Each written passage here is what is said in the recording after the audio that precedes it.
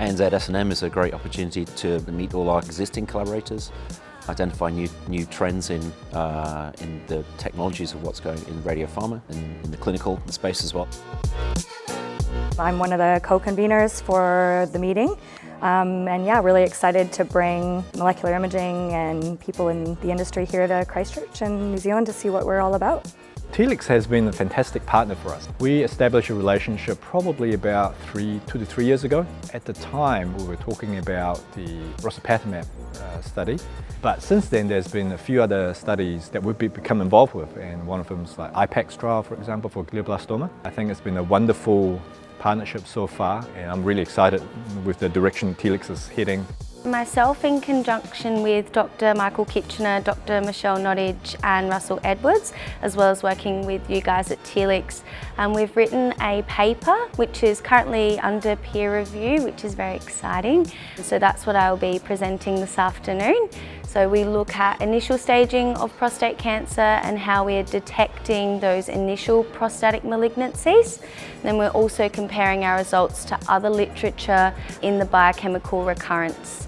Using the gallium generators and preparing the kits, it's just an extra facet that we have in our repertoire, which has been really exciting for me, especially as an up-and-coming technologist also. So last August, we installed a gallium generator in Mackay.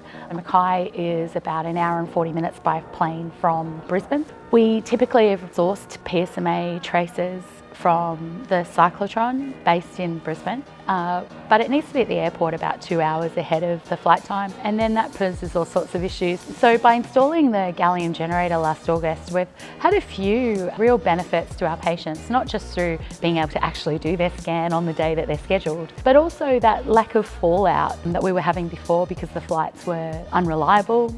So we've actually built an AI application that looks at the imaging data that comes from our scans to really see how that risk can be determined purely from the imaging rather than relying on biopsies.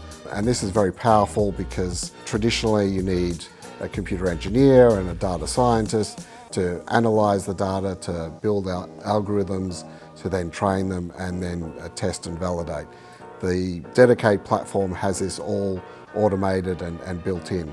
So we provide the imaging data, it automatically segments the areas of interest, it extracts radiomic information, which is then fed into a machine learning model builder that generates the prediction outcome that we're looking for.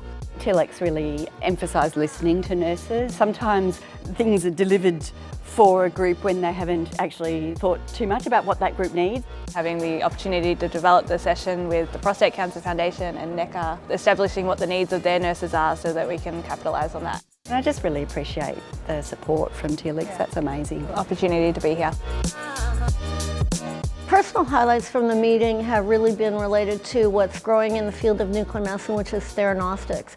And Australia and New Zealand are leaders in that field.